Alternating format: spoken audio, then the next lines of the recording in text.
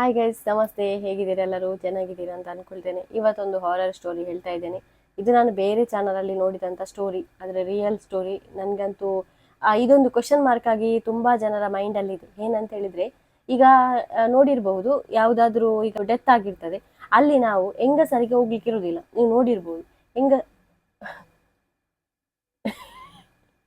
Curtain ಎಲ್ಲ ಅಲ್ಲಾಡ್ತಾ ಉಂಟು ನಮ್ಮ ಮನೆಯಲ್ಲಿ, ಫ್ಯಾನಿಗಿರ್ಬೋದು. ಹಾಗೆ ಏನು ವಿಷಯ ಅಂತ ಹೇಳಿದ್ರೆ, ಸತ್ತ ಒಂದು ಈಗ ಡೆತ್ ಆಗಿರುವ ಮನೆಯಲ್ಲಿ ಹೆಂಗಸರಿಗೆ ಯಾರಿಗೂ ಹೋಗ್ಲಿಕ್ಕೆ ಇರೋದಿಲ್ಲ, ಅಂದ್ರೆ ಒಂದು ನೋಡ್ಲಿಕ್ಕೆ ಇರೋದಿಲ್ಲ, ಅಲ್ಲಿ ಹೋಗ್ಲಿಕ್ಕೆ ಇರೋದಿಲ್ಲ.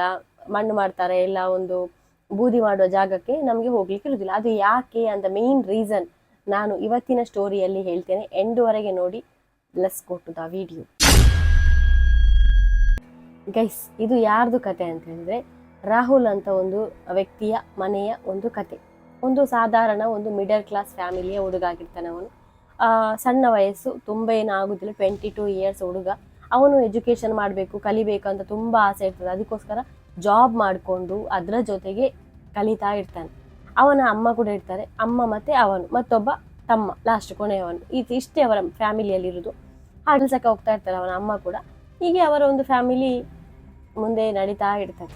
ಒಂದು ದಿವಸ ಏನಾಗುತ್ತೆ ಅಂದರೆ, ಅವರ ಫ್ಯಾಮಿಲಿ ಅಂದರೆ ಈಗ ಮನೆ ಅಂತ ಹೇಳಿದರೆ ಕೆಲವು ನೇಬರ್ಸ್ ಎಲ್ಲ ತುಂಬ ಒಂದು ನಾವು ಅನ್ಯೋನ್ಯತೆಯಾಗಿ ಇರ್ತಾರೆ. ನೀವು ನೋಡಿರ್ಬೋದು, ತುಂಬ ಒಂದು ನೇಬರ್ಸ್ ಎಲ್ಲ ಒಂದು ಫ್ಯಾಮಿಲಿ ಥರ ಇರ್ತಾರೆ. ಹಾಗೆ ಇವರ ಪಕ್ಕದ ಮನೆಯಲ್ಲಿ ಒಂದು ಅಪ್ಪ ಮತ್ತು ಮಗ ಇರ್ತಾರೆ.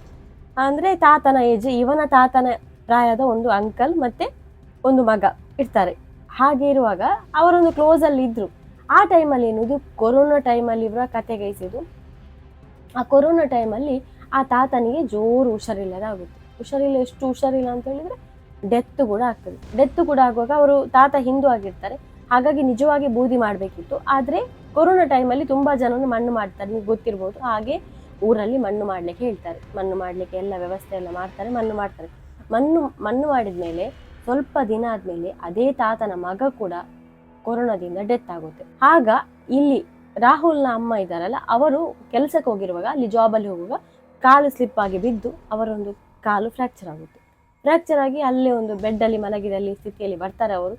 ಅವರಿಗೆ ಆ ಒಂದು ತಾತ ಸತ್ತೋದ್ರು ಅಂತೇಳಿ ತುಂಬ ಫೀಲ್ ಆಗ್ತಿರ್ತದೆ. ಅಂದರೆ ಅವರು ಏನೋ ಒಂದು ತಿಂಡಿ ಮಾಡಿದ್ರು, ಅಲ್ಲ ಒಂದು ಪದಾರ್ಥ ಮಾಡಿದ್ರು, ಪಕ್ಕದ ಮನೆ ಕೊಡ್ತಾ ಇದ್ರು, ಅವರು ಕೂಡ ಇವರಿಗೆ ಕೊಡ್ತಾ ಇದ್ರು. ಎಲ್ಲ ಒಂದು ಅನ್ಯೋನ್ಯತೆಯಲ್ಲಿದ್ದರು, ಒಂದು ತಂದೆ ಥರ ಅವ್ರು ನೋಡ್ತಾ ಇದ್ರು ಇವರ ಅಮ್ಮ. ಆದರೆ ಅವರು ಡೆತ್ ಆದಮೇಲೆ ಇವರಿಗೆ ಅದೇ ಒಂದು ತಲೆಯಲ್ಲಿ ಇರ್ತದೆ. ಕೆಲವು ಹೆಂಗಸರ ಹಾಗೆ ತುಂಬ ಸೆನ್ಸಿಟಿವ್ ಇರ್ತಾರೆ, ಹಾಗೆ ಇವರು ಥಿಂಕ್ ಮಾಡ್ತಾ ಇರ್ತಾರೆ. ಅಷ್ಟೊತ್ತಿಗೆ ಹೋಗೋ ಅವರ ಮಗನೂ ಕೂಡ ಡೆತ್ ಆಗ್ತದೆ. ಇದನ್ನೆಲ್ಲ ಅವನ ಅಮ್ಮನಿಗೆ ಸಹಿಸ್ಲಿಕ್ಕೆ ಆಗುದಿಲ್ಲ. ಹಾಗಿರುವಾಗ ಇಲ್ಲಿ ಪಂಚಾಯತಿ ಕಟ್ಟೆಯಲ್ಲಿ ಏನು ಡಿಸೈಡ್ ಮಾಡ್ತಾರೆ ಅಂದರೆ, ಅವನ ತಾತಂದು ಮಗಂದು ಡೆತ್ ಆಯ್ತಲ್ಲ, ಇನ್ನು ನಾವು ಏನು ಮಾಡುವ ಅಂತ ಹೇಳಿದ್ರೆ, ನಾವು ಅವರ ಒಂದು ಬಾಡಿಯನ್ನು ಮಣ್ಣಲ್ಲಿ ಹಾಕಿದ್ದೇವಲ್ಲ ತಾತಂದು, ಆ ಬಾಡಿಯನ್ನು ತೆಗೆದು ಮಗ ಮತ್ತೆ ಅಪ್ಪನ ಒಂದು ನಮ್ಮ ಸಂಪ್ರದಾಯ ಅಂತ ನಾವು ಬೆಂಕಿ ಕೊಟ್ಟು ಬೂದಿ ಮಾಡುವ ಅಂತ ಅಲ್ಲಿಯ ಪಂಚಾಯತಿ ಕಟ್ಟೆಯಲ್ಲಿ ಡಿಸೈಡ್ ಮಾಡ್ತಾರೆ. ಹಾಗೆ ಎಲ್ಲರೂ ಒಪ್ತಾರೆ, ಕೂಡ ಫಿಕ್ಸ್ ಆಗುತ್ತೆ. ಹಾಗೆ ಮಣ್ಣಿಂದ ಎಲ್ಲ ತೆಗಿತಾರೆ, ತೆಗೆದು ಮೇಲೆ ತೆಗಿತಾ ಇರ್ತಾರೆ. ಅಷ್ಟೊತ್ತಿಗಾಗುವ ಇಲ್ಲಿ ಇವನ ರಾಹುಲ್ನ ಅಮ್ಮ ಒಂದೇ ಸಮ ಕೂಗ್ಲಿಕ್ಕೆ ಸ್ಟಾರ್ಟ್ ಮಾಡ್ತಾರೆ.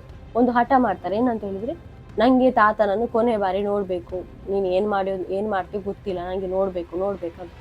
ಆದರೆ ಇವನು ಫುಲ್ ಬೇಡ ಅಂತೇಳಿ ಒಂದು ರಿಸ್ಟ್ರಿಕ್ಷನ್ ಆಗ್ತಾನೆ. ಬೇಡ, ನಿಮಗೆ ಹುಷಾರಿಲ್ಲ, ಮೊದಲೇ ಇಲ್ಲಿ ಕಾಲು ನೋವಾಗಿದೆ, ಇನ್ನು ಹೇಳುದು ಬೇಡ, ಬೆಡ್ಡಲ್ಲೇ ಇರಿ, ಏನು ಬೇಡ ಅಂತ ಹೇಳ್ತಾನೆ. ಮಗ ಜೋರು ಮಾಡ್ತಾನೆ. ಆದರೂ ಇವನ ಅಮ್ಮ ಕೇಳುದಿಲ್ಲ, ಹಠಾನಿ, ನನಗೆ ನೋಡ್ಬೇಕಂತ. ಅವನು ಬೇಡ ಅಂತ ಹೇಳಿದ್ರು ನಾನು ನೋಡ್ಬೇಕಂತ ಹೇಳ್ತಾ ಇದ್ದ. ಆಮೇಲೆ ಕೂಡ ಅವನು ಅಲ್ಲೇ ನಿಲ್ತಾನೆ. ಅವನು ಹೋಗಲ್ಲ, ರಾಹುಲ್ ಅಲ್ಲಿ ಹೋಗಲ್ಲ. ಅಜ್ಜನ ಅಂತಿಮ ಸಂಸ್ಕಾರ ಮಾಡ್ತಾರಲ್ಲ, ಅಲ್ಲಿಗೂ ಹೋಗಲ್ಲ. ಯಾಕಂದ್ರೆ ಇವನು ಹೋದ್ರೆ ಇಲ್ಲಿಂದ ಅಮ್ಮ ಕೂಡ ಹೋಗ್ತಾರಂತ ಇವನಿಗೆ ಗೊತ್ತುಂಟು. ಅದಕ್ಕೋಸ್ಕರ ಅಮ್ಮನ ಹತ್ತಿರ ನಿಲ್ತಾನೆ. ಇಲ್ಲಿ ಮಣ್ಣಿಂದ ಆ ಡೆಡ್ ಬಾಡಿಯನ್ನೆಲ್ಲ ತೆಗೆದು ಒಂದು ಬೆಡ್ಶೀಟ್ ಅಲ್ಲಿ ತೆಗೆದುಕೊಂಡು ಒಂದು ಸಾರ್ವಜನಿಕವಾಗಿ ಆ ಒಂದು ಇವರ ರಾಹುಲ್ನ ಮನೆ ಆಚೆಯಿಂದಲೇ ಹೋಗ್ಬೇಕು ತಕೊಂಡು. ಹಾಗೆ ಸಾಯಂಕಾಲದ ಹೊತ್ತಿಗೆ ಇವರ ಮನೆ ಆಚೆಯಿಂದ ತಗೊಂಡು ಹೋಗ್ತಿರ್ತಾರೆ. ಅಷ್ಟೊತ್ತಿಗೆ ತಕೊಂಡು ಹೋಗ್ಲಿಕ್ಕೆ ಇವರ ಅಂಗಳಕ್ಕೆ ಇನ್ನು ಬರ್ತಾರಂತ ಆಗುವಾಗ್ಲೇ ಈ ಬೆಡ್ಡಲ್ಲಿ ಮಲಗಿದಂತ ಇವನ ರಾಹುಲ್ನ ಅಮ್ಮ ತಾನು ಹೇಳಲಿಕ್ಕೆ ಆಗುದಿಲ್ಲ, ಅಷ್ಟೊತ್ತು ಆಗ್ಲೇ ಎದ್ಕೊಂಡು ಆ ಕಾಲನ್ನು ಕುಂಟುತ್ತಾ ಇವರು ಬಾಗಿಲ ಹತ್ರ ಹೋಗ್ತಾರೆ. ಹಿಂದೆಯಿಂದ ರಾಹುಲ್ ಅಮ್ಮನಿಗೆ ಬೈದುಕೊಂಡು ರಾಹುಲ್ ಕೂಡ ಹೋಗ್ತಾನೆ. ಇಲ್ಲಿ ಬಾಗಿಲ ಹತ್ರ ನಿಂತ್ಕೊಂಡು ರಾಹುಲ್ನ ಅಮ್ಮ ತುಂಬಾ ಕೂಗ್ತಾರೆ, ನನಗೆ ನೋಡ್ಬೇಕು ತಾತನನ್ನು ಒಂದ್ಸಲ ನೋಡ್ಲೇಬೇಕು ನನಗೆ ಅಂತೇಳಿ ಜೋರು ಕೂಗ್ತಾರೆ. ಆಗ ಮಗನಿಗೆ ಅಮ್ಮನನ್ನ ನೋಡುವಾಗ ಆಯ್ತು ಸರಿ ಆಯ್ತು ಅಂತ ಹೇಳ್ತಾನೆ. ಆಯ್ತು.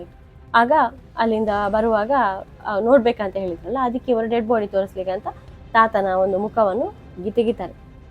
ಬಟ್ಟೆ ತೆಗಿತಾರೆ. ಬಟ್ಟೆ ತೆಗುವಾಗ ಇವನ ಅಮ್ಮ ಜೋರು ಓಡಿಕೊಂಡು ಬಂದು ಹೀಗೆ ನೋಡ್ತಾರೆ. ನೋಡುವಾಗ ತಾತನ ಮುಖ ಅದು ತುಂಬ 1 ವಾರ ಆಗ್ತಾ ಬಂತಲ್ಲ, ಅದು ಮಣ್ಣಲ್ಲಿ ಫುಲ್ ಅರ್ಧ ಕೊಳೆತು ಹೋಗಿತ್ತು, ಒಂಥರ ಆಗಿತ್ತು.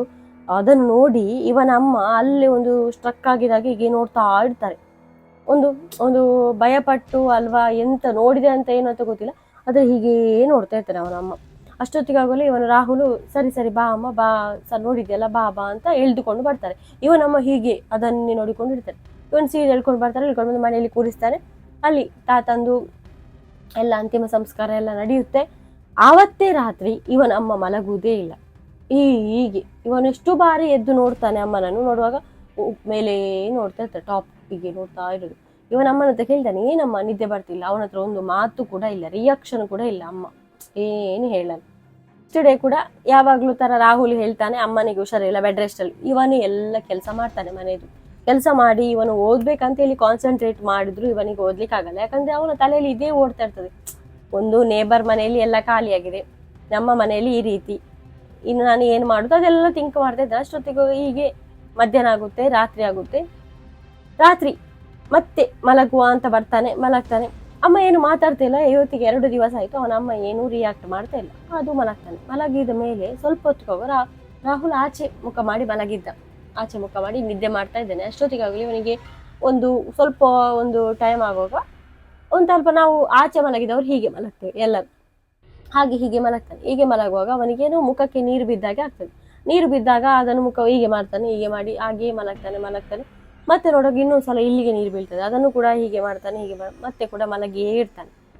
ಇನ್ನೊಂದ್ಸಲ ಆಗುವಾಗ ಮತ್ತೊಂದ್ಸಲ ಕಣ್ಣಲ್ಲಿ ಇಲ್ಲಿಗೆ ಬೀಳ್ತದೆ. ಅವನಿಗೆ ಇದು ಎಂತ ಅಂತೇಳಿ ಹೀಗೆ ಮಾಡ್ತಾನೆ. ಮಾಡಿ ಎಲ್ಲಾನು ಅವನು ಹೀಗೆ ಮಾಡಿ ಕೈ ನೋಡ್ತಾನೆ.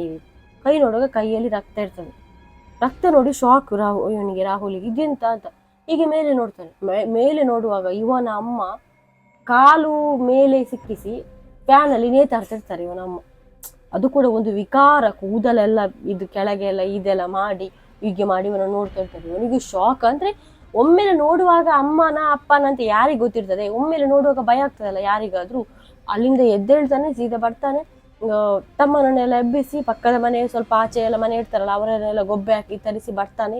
ಮತ್ತೆ ಅಮ್ಮನನ್ನೆಲ್ಲ ಕೆಳಗಿಳಿಸ್ತಾರೆ, ನೀರೆಲ್ಲ ಹಾಕ್ತಾರೆ, ಮಾಡ್ತಾರೆ. ನೋಡುವಾಗ ಅಮ್ಮನ ಮುಖದಲ್ಲಿ ಎಲ್ಲ ಉಗುರಿ ಪರಚಿ ರಕ್ತ ಆಗಿರ್ತದೆ, ಅದೇ ಮೇಲೆಯಿಂದ ಬೀಳ್ತಾ ಇದ್ದದ್ದು.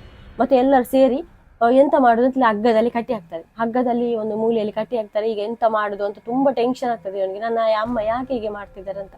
ಅದಕ್ಕೆ ಅವರೆಲ್ಲ ಹೇಳ್ತಾರೆ, ಏನೋ ಟೆನ್ಷನ್ ಆಗಿರ್ಬಹುದು, ಹಾಗೆ ಮಾಡ್ತಾ ಇರ್ಬೋದು ಎಲ್ಲ ಹೇಳ್ತಾರೆ. ಏನೆಲ್ಲ ಊರೆಲ್ಲ ಮಾತಾಡಿಕೊಂಡಿರ್ತಾರೆ. ಆದ್ರೂ ಇವನ್ ಧೈರ್ಯ ತಗೊಂಡು ಹೆಲ್ಪ್ ಕೇಳ್ತಾನೆ ಕೆಲವರ ಹತ್ರ. ಕೆಲವರೆಲ್ಲ ಒಂದು ಈ ರೀತಿ ಸ್ವಾಮೀಜಿಗಳೆಲ್ಲ ಇರ್ತಾರಲ್ಲ, ಅವರದೊಂದು ಕಾಂಟ್ಯಾಕ್ಟ್ ಮಾಡಿ ಅಂತ ಹೇಳ್ತಾರೆ. ಇವನು ಹಾಗೆ ಹೋಗಿ ಅವರ ಹತ್ರ ಮಾತಾಡ್ತಾನೆ. ಕೆಲವರೆಲ್ಲ ಮನೆಗೆ ಬರ್ತಾರೆ, ಏನೆಲ್ಲ ಅದು ಇದು ಪ್ರಸಾದ ಅದು ಇದು ಎಲ್ಲ ಕೊಡ್ತಾರೆ ಕೆಲವರು. ಹೀಗೆ ದಿನ ಕಲಿತಾ ಹೋಗ್ತದೆ. ಆದ್ರೆ ಇವನ ಅಮ್ಮನ ಯಾವುದೂ ಕೂಡ ಒಂದು ಸ್ವಲ್ಪ ಕೂಡ ಹುಷಾರಾಗುವುದು ಕಾಣುದಿಲ್ಲ. ದಿನ ಇದು ಜಾಸ್ತಿ ಆಗ್ತಾ ಉಂಟು. ಹಗ್ಗದಲ್ಲಿ ಕಟ್ಟಿ ಆಗ್ತಾ ಇದ್ದದನ್ನು ಹಗ್ಗ ರಾತ್ರಿ ಒಂದು ಫುಲ್ಲು ಬೆಳಗ್ಗೆಯಿಂದ ಸಾಯಂಕಾಲದವರೆ ಅವನ ಅಮ್ಮ ಹೀಗೆ ಇರ್ತಾರೆ ಬಿದ್ದು. ರಾತ್ರಿ ಆಗುವಾಗ ಅವರ ಒಂದು ದೇಹದಲ್ಲಿ ಒಂದು ಎಷ್ಟು ಒಂದು ಚೇಂಜಸ್ ಆಗುತ್ತೆ ಅಂದ್ರೆ, ಯಾರೋ ಒಂದು ಬಾಡಿ ಮೇಲೆ ಬಂದಾಗೆ ಆ ಹಗ್ಗವನ್ನೆಲ್ಲ ಬಿಚ್ಚಿ ಓಡುದು, ಎಲ್ಲಿಗೆ ಏನೆಲ್ಲ ಮಾಡುದು, ವಿಚಿತ್ರ ಮಾಡ್ತಾ ಇರ್ತಾರೆ. ಮೊದಲು ಕೊನೆಗೆ ಸಂಕಲೆ ತಂದು ಕಟ್ಟಿ ಹಾಕ್ಲಿಕ್ಕೆ ಸ್ಟಾರ್ಟ್ ಮಾಡ್ತಾರೆ ಇವರು. ಅಂದ್ರೆ ಅಷ್ಟು ಇವರಿಗೆ ಆಗ್ತಾ ಇಲ್ಲ ಕಂಟ್ರೋಲ್ ಮಾಡ್ಲಿಕ್ಕೆ, ಸಂಕಲೆಯಲ್ಲಿ ಕಟ್ಟಿ ಹಾಕ್ತಾರೆ. ಇವನು ದುಡ್ಡು ಮುಗಿತಾ ಬರ್ತದೆ. ಒಬ್ಬರು ಕೂಡ ಸರಿಯಾದ ಚಿಕಿತ್ಸೆ ಕೊಡ್ತಾ ಇರ್ಲಿಲ್ಲ.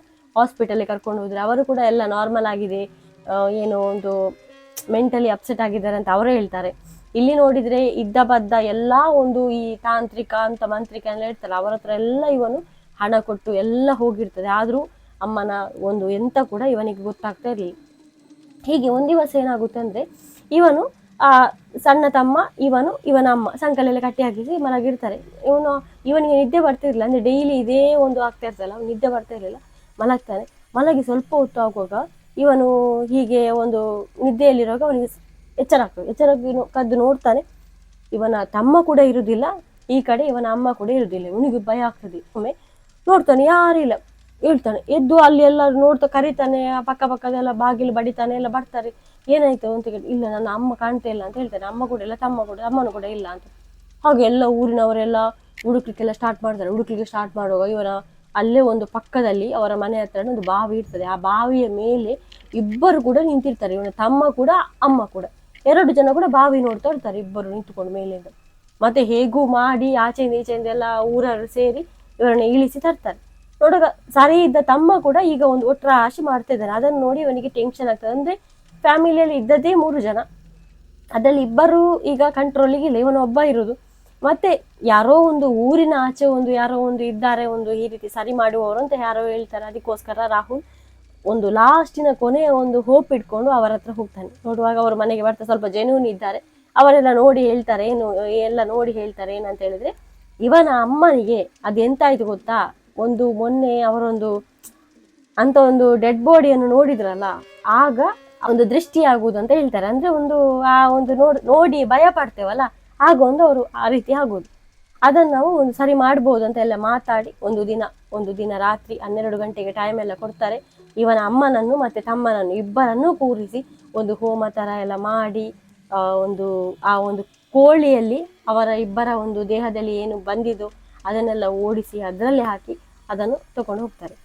ತಮ್ಮನಿಗೆ ನೀವು ತಿಳ್ಕೊಳ್ಬಹುದು, ಈಗ ಅಮ್ಮನಿಗೆ ಅಜ್ಜನ ಒಂದು ಇದಾಗಿದೆ, ತಮ್ಮನಿಗೆ ಏನಾಗಿದೆ ಅಂತ ಹೇಳಿ. ತಮ್ಮನಿಗೆ ಏನಾಗಿದೆ ಅಂತ ಹೇಳಿದ್ರೆ, ಆ ತಾತನ ಮಗ ಕೂಡ ಡೆತ್ ಆಗಿದೆ.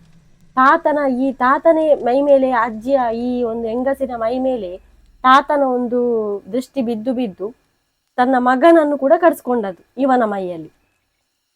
ಹಾಗೆ ಇಬ್ರು ಎಲ್ಲಿಯಾದ್ರೂ ಬಾವಿಗೆ ಹಾರಿ ಸತ್ತೋಗೋ ಪ್ಲಾನೋ ಏನೋ ಗೊತ್ತಿಲ್ಲ, ಅದು ರಾಹುಲ್ಗೆ ಕೂಡ ಇಷ್ಟವರೆಗೆ ಗೊತ್ತಿಲ್ಲ.